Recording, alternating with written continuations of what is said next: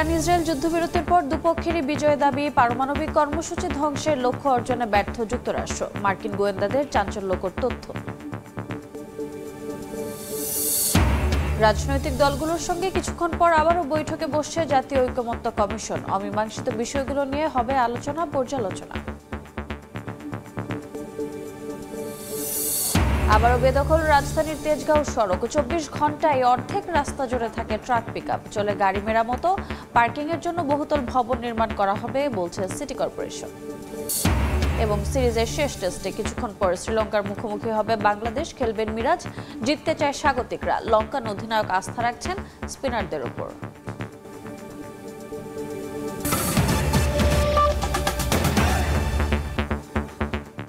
সময় সংবাদের সঙ্গে আছি আমি রোজা চৌধুরী। যুদ্ধবিরতির পর নিজেদের বিজয় দাবি করছে ইরান ও ইসরায়েল। তেহরানের দাবি, পারমাণবিক ও ক্ষেপণাস্ত্র কর্মসূচি ধ্বংস করার কোনো লক্ষ্যই অর্জন করতে পারেনি যুক্তরাষ্ট্র। আর নেতানিয়াহু বলছেন, প্রজন্মের পর প্রজন্ম স্মরণীয় হয়ে থাকবে এই ঐতিহাসিক বিজয়। এদিকে ইরান আর কখনো ইউরেনিয়াম সমৃদ্ধকরণ করবে না বলে স্পষ্ট বার্তা দিয়েছে ট্রাম্প। আর তেহরান এখন আরও দৃঢ়ভাবে পারমাণবিক কর্মসূচির পক্ষে অবস্থান নিয়েছে বলে জানিয়েছেন আব্বাস আরাগচি।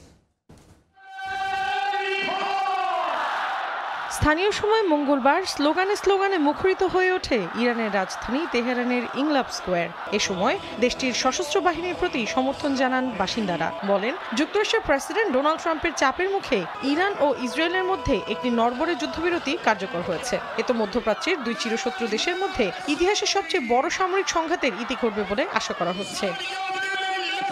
একই দিন যুদ্ধের অবসান ঘোষণা করেন ইরানের প্রেসিডেন্ট মাসুদ পেজেশকিয়ান। বলেন, মহান জাতির বীরত্বপূর্ণ প্রতিরোধের পর একটি ইতিহাস রচনা হয়েছে। এছাড়া ইসরায়েল যুদ্ধবিরতি মানলে ইরানও তা মেনে চলবে বলে জানান পেজেশকিয়ান। ইরানের সংবাদ মাধ্যম নূর নিউজকে একথা জানিয়ে তিনি বলেন, ইরান সংলাপের জন্য প্রস্তুত। তেহরান আলোচনার টেবিলে বসেই ইরানি জনগণের স্বার্থ রক্ষা করবে। পাশাপাশি আন্তর্জাতিক কাঠামোর ভিত্তিতে যুক্তরাষ্ট্রের সঙ্গে চলমান সমস্যার সমাধানে ইরান প্রস্তুত রয়েছে বলেও মন্তব্য করেন প্রেসিডেন্ট পেজেশকিয়ান। সৌদি যুবরাজ মোহাম্মদ বিন সালমানের সঙ্গে ফোন আলাপে এ মন্তব্য করেন তিনি। এদিকে ইরানের সরকার উৎখাতে আগ্রহ নেই বলে জানিয়েছেন ট্রাম্প, কারণ তা অস্থিরতা ডেকে আনবে বলে মনে করেন তিনি। আমি চাই সবকিছু যত দ্রুত সম্ভব শান্ত হোক।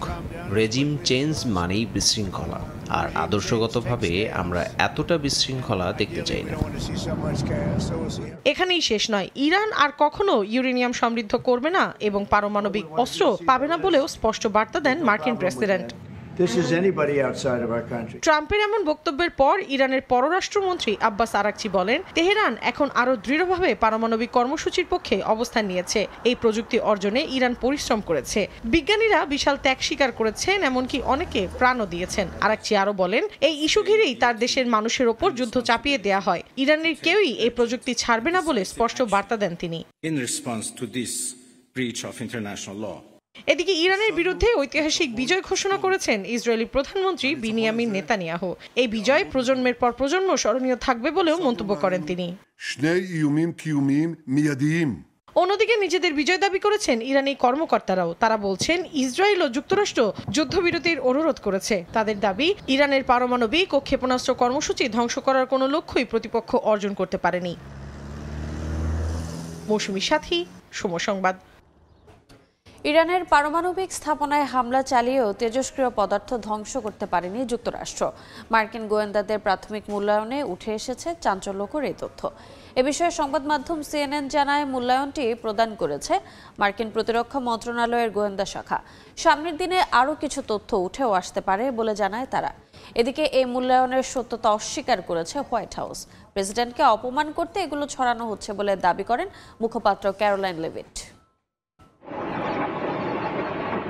গত সপ্তাহে ইরানের 3টি পারমাণবিক কেন্দ্র লক্ষ্য করে বিমান হামলা চালায় যুক্তরাষ্ট্র। এর মধ্যে অত্যাধুনিক B2 স্টিলথ বোমারু ব্যবহার করে ইরানের ফোর্দো পারমাণবিক কেন্দ্রে হামলা করা হয়। ব্যবহৃত হয় বাংকার বাস্টার বোমাও। যুক্তরাষ্ট্রের সেনাবাহিনী জানায়, ইরানের পারমাণবিক কেন্দ্রে চালানো হামলায় তারা অসাধারণ সফলতা অর্জন করেছে। তবে মার্কিন গোয়েন্দারা তাদের প্রাথমিক মূল্যায়নে জানিয়েছেন, হামলায় ইরানের পারমাণবিক কর্মসূচির মূল উপাদান ধ্বংস হয়নি। এই হামলা দেশটির পারমাণবিক কার্যক্রম শুধু কয়েক মাস পিছিয়ে দিয়েছে। বুধবার এক প্রতিবেদনে এ তথ্য জানিয়ে সংবাদ CNN বলে, মার্কিন গোয়েন্দারা প্রাথমিক যে মূল্যায়ন প্রদান করেছেন সেটি 4 জন ব্যক্তি CNN-কে জানিয়েছেন।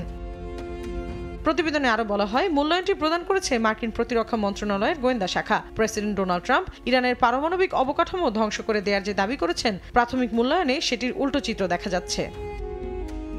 মূল্যায়নের সঙ্গে সংশ্লিষ্ট দুটি সূত্র জানিয়েছে, ইরানের সমৃদ্ধকৃত ইউরেনিয়ামের মজুদ ধ্বংস হয়নি। অপর একজন জানিয়েছেন, দেশটির পারমাণবিক সেন্ট্রিফিউজের বেশিরভাগ অক্ষত রয়েছে। এই মূল্যায়নের সত্যতা অস্বীকার করে হোয়াইট হাউসের মুখপাত্র ক্যারোলাইন লেভিট বলেন, প্রেসিডেন্টকে অপমান করতে এগুলো ছড়ানো হচ্ছে। মৌসুমী সাথী, সময় সংবাদ। মার্কিন সেনাঘাঁটিতে হামলার পর চাপের মুখে প্রেসিডেন্ট ডোনাল্ড ট্রাম্প যুদ্ধবিরতির সিদ্ধান্ত নিয়েছেন বলে জানিয়েছে ইরানি গণমাধ্যম। রাষ্ট্রীয় টেলিভিশনে বলা হয়, যুদ্ধ বন্ধের জন্য এক প্রকার মিনতিই করেছেন ট্রাম্প, আর এজন্য কাতারের আমিরের কাছে সহায়তা চান তিনি। তবে ভিন্ন সুরে কথা বলছেন প্রেসিডেন্ট ট্রাম্প। তার দাবি, ইরান ও ইসরায়েল একসঙ্গে শান্তির জন্য ট্রাম্পের কাছে দ্বারস্থ হয়েছে। ইরানের পরমাণু স্থাপনায় হামলার পর খামেনি প্রশাসনকে কড়া হুঁশিয়ারি দিয়েছিলেন মার্কিন প্রেসিডেন্ট ডোনাল্ড ট্রাম্প। সামাজিক মাধ্যমে তিনি জানান, তেহরান যদি মার্কিন হামলার জবাব দেয়, তবে ওয়াশিংটন ভয়াবহ সামরিক অভিযান চালাবে। সোমবার রাতে কাতার ইরাকের মার্কিন সেনাঘাঁটিতে ইরানের হামলার পর যুক্তরাষ্ট্রের কড়া পদক্ষেপের শঙ্কায় ছিল বিশ্ব। তবে ঘটল তার বিপরীত। কিছুক্ষণের মধ্যেই যুদ্ধবিরতির ঘোষণা দেন মার্কিন প্রেসিডেন্ট ডোনাল্ড ট্রাম্প। হঠাৎ ট্রাম্পের এমন সিদ্ধান্তে অবাক হন অনেকেই। আবার অনেকের মনে প্রশ্ন, তবে কি ভয় পেয়ে গেলেন ট্রাম্প? কোন চাপের মুখে এমন সিদ্ধান্ত নিয়েছেন মার্কিন প্রেসিডেন্ট? ইরানি রাষ্ট্রীয় টিভি IRINN যুদ্ধবিরতির ঘোষণা দেওয়ার সময় জানায়, ট্রাম্প যুদ্ধবিরতির জন্য হাত জোড় করেছেন। দেশটির গণমাধ্যমের দাবি, কাতারের মার্কিন ঘাঁটিতে ইরানের সফল হামলার পর যুক্তরাষ্ট্র চাপে পড়ে যুদ্ধবিরতির বার্তা দিয়েছে। গণমাধ্যমটি আরও জানায়, তেহরানের বিরুদ্ধে যুদ্ধে জড়াতে চায় না ওয়াশিংটন। বিভিন্ন গণমাধ্যমের তথ্য মতে, ইরানকে যুদ্ধবিরতিতে সম্মত করতে মধ্যপ্রাচ্যের আরেক দেশ কাতারের সহায়তা নিয়েছে যুক্তরাষ্ট্র। নিউ ইয়র্ক টাইমসের অনুসন্ধান বলছে, মূল ভূমিকায় ছিলেন কাতারের প্রধানমন্ত্রী শেখ মোহাম্মদ বিন আব্দুর রহমান আল থানি। কাতারের আমির শেখ তামিমের সহায়তা চান ট্রাম্প। এরপর দোহার কূটনৈতিক উদ্যোগে ইরান রাজি হয় যুদ্ধ থামাতে। ওয়াশিংটন জানায়, ভাইস প্রেসিডেন্ট JD ভ্যান্স, পররাষ্ট্রমন্ত্রী মার্কো রুবিও এবং মধ্যপ্রাচ্য বিষয়ক মার্কিন দূত স্টিভ উইটকফ তেহরানের সঙ্গে সরাসরি ও পরোক্ষভাবে যোগাযোগ করেন।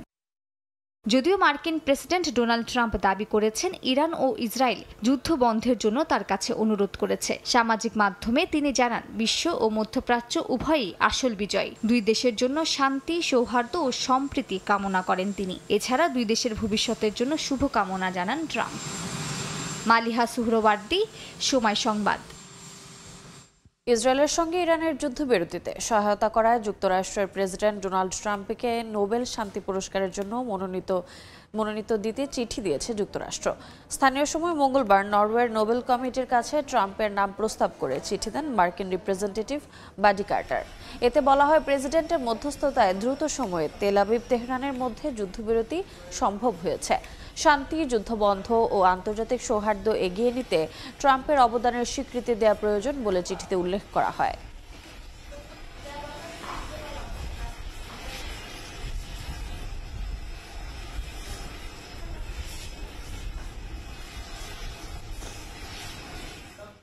সময় সংবাদে আরও থাকছে। আবারও বাড়ছে শাহজালাল বিমানবন্দরের তৃতীয় টার্মিনালের নির্মাণ ব্যয়। নতুন সংযোজনে ঠিকাদারি প্রতিষ্ঠানের বাড়তি অর্থ দাবি, খরচ বাড়ার যৌক্তিকতা নিয়ে প্রশ্ন।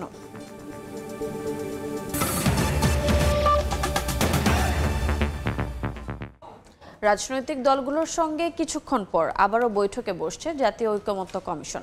সকাল 10:30টায় ফরেন সার্ভিস একাডেমিতে সংস্কার কমিশনগুলোর প্রস্তাবিত বিষয়ে ঐকমত্যে পৌঁছানোর লক্ষ্যে রাজনৈতিক দলগুলোর সঙ্গে আলোচনা হবে। রাষ্ট্রের মূলনীতি, দ্বিকক্ষ বিশিষ্ট সংসদ, জাতীয় সাংবিধানিক কাউন্সিল ও রাষ্ট্রপতি নির্বাচন পদ্ধতি আজ আলোচনায় গুরুত্ব পাবে বলে জানা গেছে। এর আগে প্রথম দফায় বিএনপি, জামাতে ইসলামী, এনসিপি, সিপিবি, নাগরিক ঐক্য, গণসংহতি আন্দোলন, গণ অধিকার পরিষদ, এবি পার্টি সহ 33টি রাজনৈতিক দল ও জোটের সঙ্গে 45টি অধিবেশনে আলোচনা করেছে জাতীয় ঐকমত্য কমিশন। আপনারা এখানে আসায় আমরা খুবই আনন্দিত। আমরা আশা করছি 227 জনকে হত্যার লাইসেন্স পেয়েছে এমন বক্তব্যের জন্য শেখ হাসিনা সহ 2 জনের বিরুদ্ধে আদালত অবমাননার অভিযোগের শুনানি আজ বুধবার ট্রাইব্যুনালের চেয়ারম্যান বিচারপতি মোহাম্মদ গোলাম মর্তুজা মজুমদারের নেতৃত্বাধীন 3 সদস্যের বেঞ্চে শুনানি হবে। এর আগে বিচারের স্বচ্ছতার স্বার্থে আদালত অবমাননার এ মামলায় একজন অ্যামিকাস কিউরি নিয়োগ দেন আন্তর্জাতিক অপরাধ ট্রাইব্যুনাল। নিয়োগ পাওয়া অ্যামিকাস কিউরি হলেন সুপ্রিম কোর্টের সিনিয়র আইনজীবী AY মশিউজ্জামান।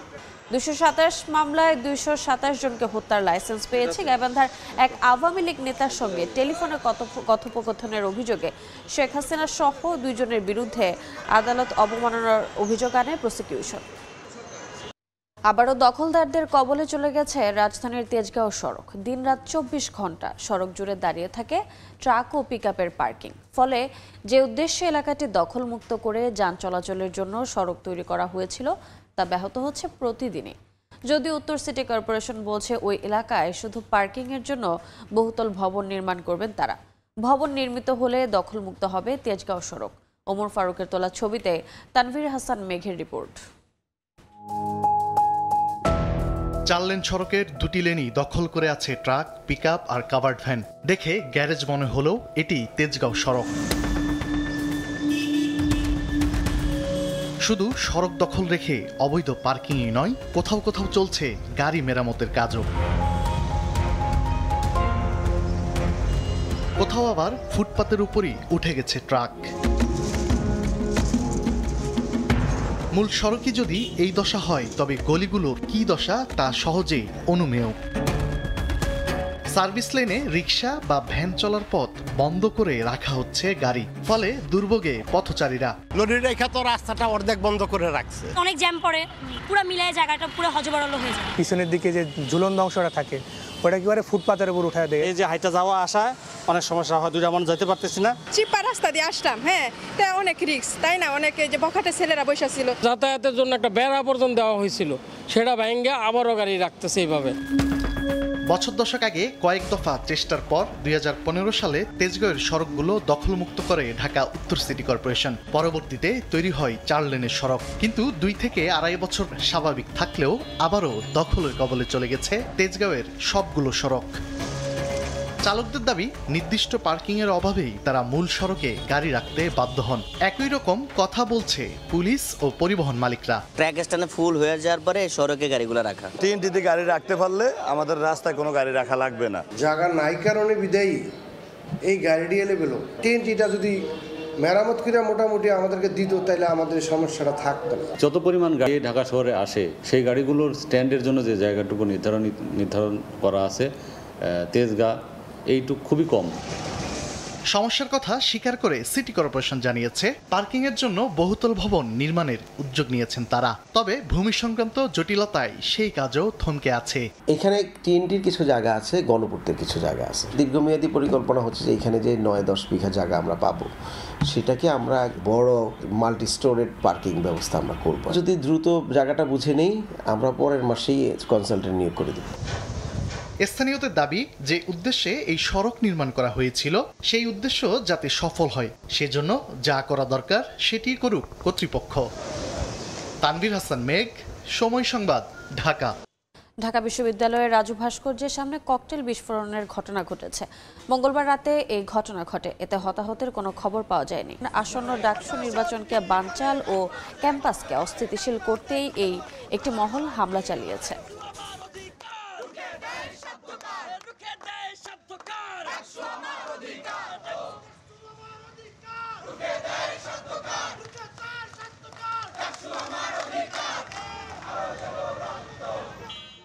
যারা আজকে ককটেল ফাটিয়েছে বা যারা ক্যাম্পাসকে অস্থিতিশীল করতে চায়, যারা ডাকসুকে বিলম্বিত করতে চায়, যারা এই ক্যাম্পাসকে প্রশ্নবিদ্ধ করতে চায়, গণঅভ্যুত্থান পরবর্তী সময়ে এখানে সন্ত্রাস করতে চায়, ছাত্রলীগ স্টাইলে এখানে সন্ত্রাসের রাজত্ব কায়েম করতে চায়, তাদেরকে আজকে উচ্চ কণ্ঠে হুঁশিয়ারি করে দিতে চাই।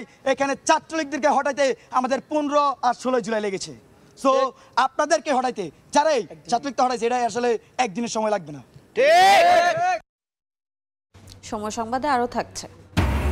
তীব্র দাবদাহে পড়ছে যুক্তরাষ্ট্র। গরমে নাভিশ্বাস উঠেছে নিউ ইয়র্কবাসীর। নিউ হ্যাম্পশায়ারেও হিট অ্যালার্ট জারি। তাপমাত্রা 37 ডিগ্রির ঘরে পৌঁছানোর পূর্বাভাস। শাহজালাল বিমানবন্দরের তৃতীয় টার্মিনাল নির্মাণে ব্যয় বাড়তে পারে আরও ২,০০০ কোটি টাকা।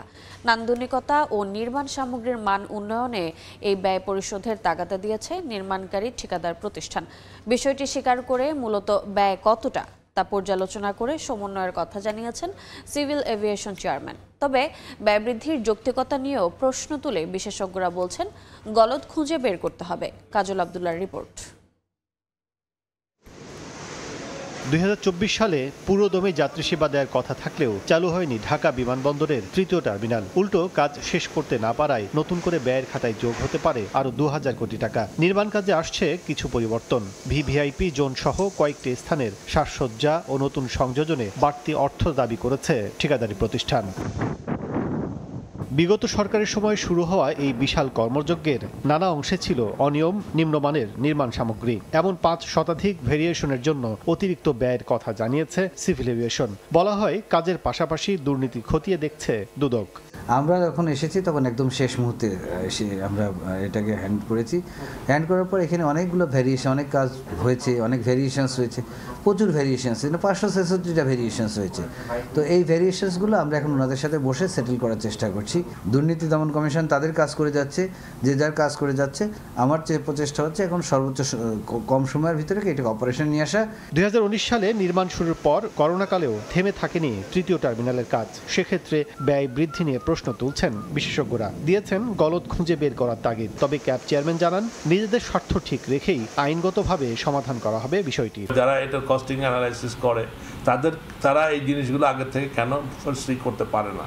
হ্যাঁ, আমাদের কি জিনিস লাগবে, আমার চায়না জিনিস লাগবে না জাপানিজ লাগবে, এগুলো তো আগে থেকে বলতে পারার কথা। স্বাভাবিকভাবে তো দেরি হলে তো আমাদের কারেন্সি ফ্ল্যাকচুয়েশনের কারণে কস্ট কিছু বাড়তে পারে, বাট সেটারও তো একটা যৌক্তিক পর্যায়ে হতে হবে। নট ২,০০০ কোটি টাকা তো বাড়াটা এটা গ্রহণযোগ্য সমাধান না। আমাদের যে কনসালটেন্ট থাকে সেই কনসালটেন্ট ওইটাকে জাস্টিফাই করতে হয়, তার নিয়মকানুন অনুযায়ী জাস্টিফাই করে তারপরে ফরওয়ার্ড করতে হয়। অনেক আগে থেকে একটু জটিলতা তৈরি হয়েছে। আমরা চেষ্টা করছি আমাদের স্বার্থ সংরক্ষণ করে সেই জটিলতা কিভাবে সংরক্ষণ করা যায়। ২০১৭ সালে তৃতীয় টার্মিনাল নির্মাণে ব্যয় প্রস্তাব ছিল ১৩,০০০ কোটি টাকা। ২০২২ সালে তা বেড়ে হয় ২১,৪০০ কোটি টাকা। এবার নতুন ব্যয় যোগ হলে ছাড়াবে ২৩,০০০ কোটি টাকা। কাজল আব্দুল্লাহ, সময় সংবাদ, ঢাকা। দিনাজপুর মেডিকেল কলেজ হাসপাতালে করোনা পরীক্ষায় ১১ জনের মধ্যে ২ জন শনাক্ত হয়েছে। এ বিষয়ে বিস্তারিত জানাতে আমাদের সঙ্গে যুক্ত হচ্ছেন রিপোর্টার গোলাম নবী দুলাল। ২ বছর ৮.৫ মাস পর দিনাজপুরে করোনা শনাক্ত হয়েছে। সোমবার এখানে করোনা টেস্ট র্যাপিড অ্যান্টিজেন টেস্টের মাধ্যমে 2 জনকে করোনা শনাক্ত করা হয়েছে। একজন কলেজ ছাত্র, আরেকজন হচ্ছে গৃহবধূ। সারা দেশে যখন করোনার প্রাদুর্ভাব দেখা দিয়েছে তখন দিনাজপুর মেডিকেল কলেজ হাসপাতালে এখানে পিসিআর ল্যাব করা হয়েছে এবং পিসিআর ল্যাবের মাধ্যমে এখানে আপনার টেস্ট চলছে। আমরা এই মুহূর্তে দিনাজপুর মেডিকেল কলেজ হাসপাতালের স্যাম্পল কালেকশন বুথ, যেখানে র্যাপিড অ্যান্টিজেন টেস্ট হচ্ছে। ইতিমধ্যেই আমরা দেখলাম যে 7 জন এখানে পরীক্ষার জন্য দাঁড়িয়েছেন এবং তারা পরীক্ষা করছেন। এখানকার যিনি পরিচালক ডাক্তার ফজলুর রহমান, তিনি বলেছেন যে দিনাজপুর মেডিকেল কলেজ হাসপাতাল এবং কলেজে মোট 600 কিটস দেওয়া হয়েছে। এছাড়া এখানে করোনা রোগীদের ট্রিটমেন্টের জন্য, চিকিৎসার জন্য 20 শয্যা বিশিষ্ট আপনার বেড করা হয়েছে এবং 2টি আইসিইউ রাখা হয়েছে। তিনি বলেছেন যে পরিস্থিতি আরও যদি ডিটেরিওরেট করে তাহলে এখানে 50 বেডের একটি আইসোলেশন ওয়ার্ড রয়েছে করোনা, সেখানে আপনার এই টেস্টগুলো আপনার করা এবং করোনা রোগীদের চিকিৎসা করা হবে। এবং এই দিনাজপুর মেডিকেল কলেজ হাসপাতালে এর আগে এইখানে যে 2020 সালে যখন করোনা দেখা যায় তখন এইখানে আপনার আমরা যেটা তথ্য নিয়ে জেনেছি যে করোনায় আক্রান্ত প্রায় 341 জন আপনার মারা যায়। তারপরে দিনাজপুর ল্যাবে সর্বশেষ 2022 সালে 8ই অক্টোবর পর্যন্ত এখানে করোনা আপনার পাওয়া যায়নি। তারপরেই কিন্তু আবার গত সোমবার এখানে 2 জনকে আমরা করোনা শনাক্ত করা হয়েছে। তো এখানকার যে কর্তৃপক্ষ তিনি যেটা বলেছেন যে সব রকম প্রস্তুতি এখানে নেওয়া আছে, যেহেতু মেডিকেল কলেজ হাসপাতাল এখানে দিনাজপুর, ঠাকুরগাঁও এবং পঞ্চগড় এই জেলাগুলো থেকে যারা করোনার আপনার করোনায় আপনার যারা আছে টেস্ট করতে চান তারা এখানে আসবেন এবং PCR ল্যাব রয়েছে এখানে এবং তারা সব রকম এখানে সুযোগ সুবিধা রয়েছেন। আমরা দেখছি যে এ পর্যন্ত এখানে 22 জন, আজকে 7 জন, মোট 29 জন আপনার এই করোনা আপনার এই ল্যাবে আপনার পরীক্ষা করেছেন। তো আমার কাছ থেকে দিনাজপুর মেডিকেল কলেজ হাসপাতালের এই স্যাম্পল কালেকশন ল্যাব থেকে সর্বশেষ এই ছিল। সরাসরি যুক্ত ছিলাম দিনাজপুরে। প্রতি বছর রাজশাহী অঞ্চলে প্রায় 200 কোটি টাকার আম নষ্ট হয়। সংরক্ষণ ও সঠিকভাবে বাজারজাতকরণ না হওয়ায় পচে যায় ফলগুলো। এতে ক্ষতিগ্রস্ত হন ব্যবসায়ীরা। তাই এ অঞ্চলে আম সংরক্ষণাগার নির্মাণের দাবি তাদের। সাইফুর রহমান রকির রিপোর্ট। রাজশাহীর বানেশ্বর আড়তে পচে নষ্ট হয়ে যাওয়ায় মনকে মনাম ফেলে দেয়া হচ্ছে পুকুরে। লোকসান হচ্ছে কোটি কোটি টাকা। পুরো মাস জুড়ে আড়তগুলোতে হরামেশায় দেখা মেলে এমন চিত্র। বিভাগের মধ্যে সবচেয়ে বেশি আমের ফলন হয় নওগাঁ, চাঁপাইনবাবগঞ্জ ও রাজশাহীতে। জেলাগুলোতে এবছর প্রায় 10,000 কোটি টাকার আমের বাণিজ্যের সম্ভাবনা তৈরি হয়েছে। বাগানগুলোতে এখনো থোকায় থোকায় ঝুলছে নানা জাতের আম। গাছ থেকে আম নামানো ও বাজারজাত করার পর 30 থেকে 40% পচে নষ্ট হয়ে যায়। এতে ক্ষতিগ্রস্ত হচ্ছেন ব্যবসায়ীরা। আমাদের আম প্রতিদিন ফেলি দেয় নষ্ট নাম 20 থেকে 25 মন। 400 মন মাল কিনে 100 মন ফেলাই দিতে হয়। আমকে সংরক্ষণের জন্য হিমাগার এবং প্যাকিং হাউস এবং এগুলো কিন্তু বাড়াতে হবে। সংরক্ষণের অভাবে প্রায় 200 কোটি টাকার আম প্রতি বছর নষ্ট হয়ে যায়। সরকারের কাছে জোর দাবি জানাবো যে এই আমগুলা সংরক্ষণের জন্য একটি সংরক্ষণাগারের ব্যবস্থা করা। সংশ্লিষ্টরা বলছেন আম সংরক্ষণের উপর জোর না দিয়ে প্রক্রিয়াজাত প্ল্যান্ট স্থাপন করে পাল্প থেকে আচার, জুস, আমসত্ত্ব ও চকলেট তৈরি করা হলে ব্যবসায়ীরা লাভবান হবেন। আমের আচার, জুস টুস এই ধরনের তাড়াতাড়ি যদি আমরা এই প্রক্রিয়াজাতগুলো করতে পারি তাহলে সেখানে পোস্ট হারভেস্ট লসটা কমে আসবে। শুকানোর একটা পদ্ধতি এবং হট ওয়াটার ট্রিটমেন্টের একটা পদ্ধতি আছে। সেই পদ্ধতিগুলো যদি আমরা আমের আড়তদারদেরকে কিংবা চাষিদেরকে বোঝাইতে পারি তাহলে আমরা দীর্ঘদিন ধরে তারা বাজারজাত করার সময় পাবে। চলতি মৌসুমে নওগাঁয় 4,30,000 মেট্রিক টন, চাঁপাইনবাবগঞ্জে 3,86,000 মেট্রিক টন এবং রাজশাহীতে 2,60,000 মেট্রিক টন আম উৎপাদনের লক্ষ্যমাত্রা নির্ধারণ করেছে কৃষি বিভাগ। সাইফুর রহমান রকি, সময় সংবাদ, রাজশাহী। ভয়াবহ দাবদাহে পড়ছে যুক্তরাষ্ট্রের উত্তর পূর্বাঞ্চল। এতে নাভিশ্বাস উঠেছে নিউ ইয়র্কের বাসিন্দাদের। হিট অ্যালার্টের আওতায় রয়েছে নিউ হ্যাম্পশায়ার অঙ্গরাজ্য। প্রশান্তির আশায় নদীতে সাঁতার কাটছেন অনেকে। প্রচণ্ড গরমে তাপমাত্রা 37 ডিগ্রি সেলসিয়াসের ঘরে পৌঁছাতে পারে বলে পূর্বাভাস দিয়েছে আবহাওয়া অফিস।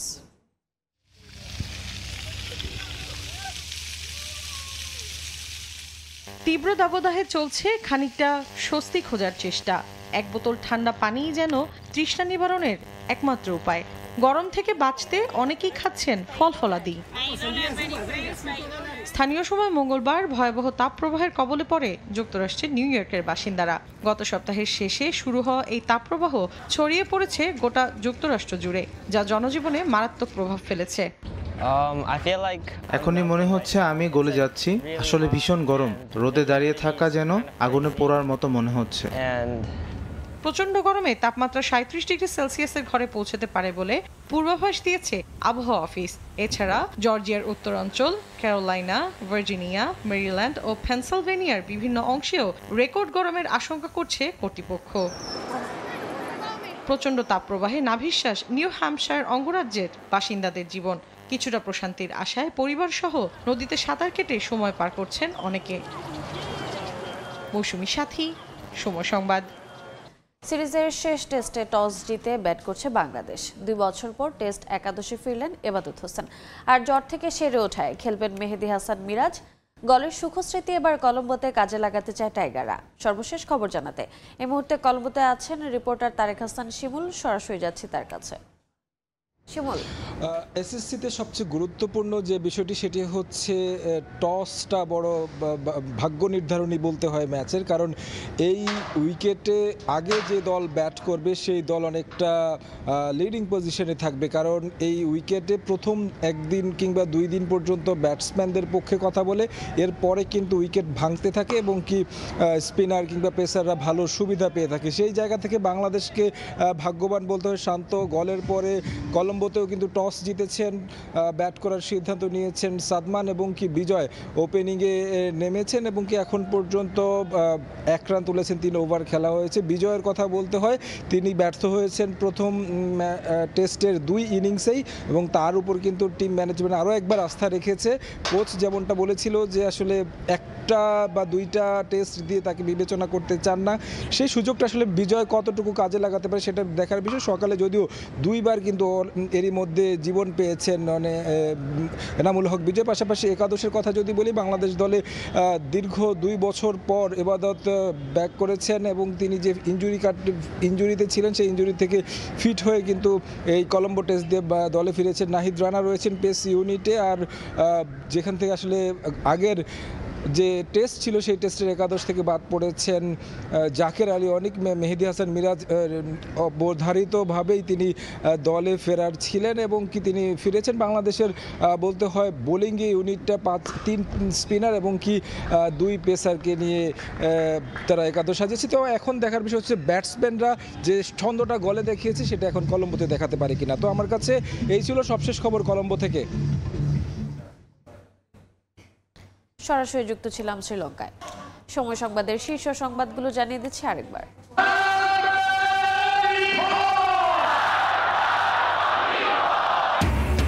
ইরান ইসরায়েল যুদ্ধবিরতির পর দুপক্ষেরই বিজয়ের দাবি। পারমাণবিক কর্মসূচি ধ্বংসের লক্ষ্য অর্জনে ব্যর্থ যুক্তরাষ্ট্র।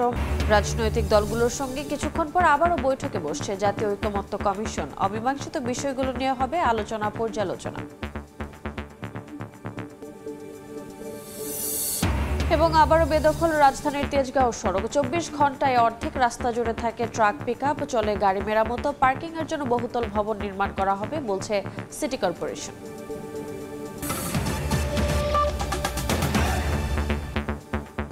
এ ছিল সময় সংবাদে, সঙ্গে থাকুন সময়ের।